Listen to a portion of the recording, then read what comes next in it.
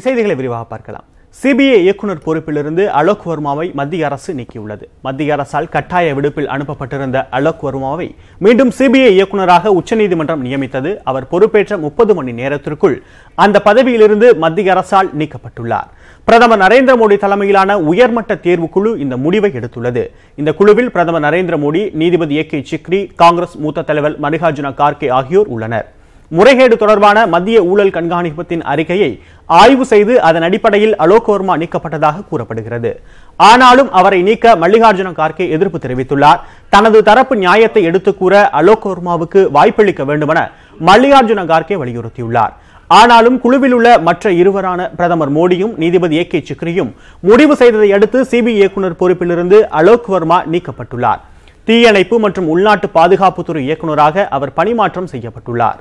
வரும் 31ஆம் தேதி ஓய்வு பெறும் வரையில் அவர் அந்த பதவியில் நீடிப்பார். சிபிஐயின் தற்காலிக இயக்குநராக கூடுதல் இயக்குநர் நாகேஸ்வர ராவ் நியமிக்கப்பட்டுள்ளார்.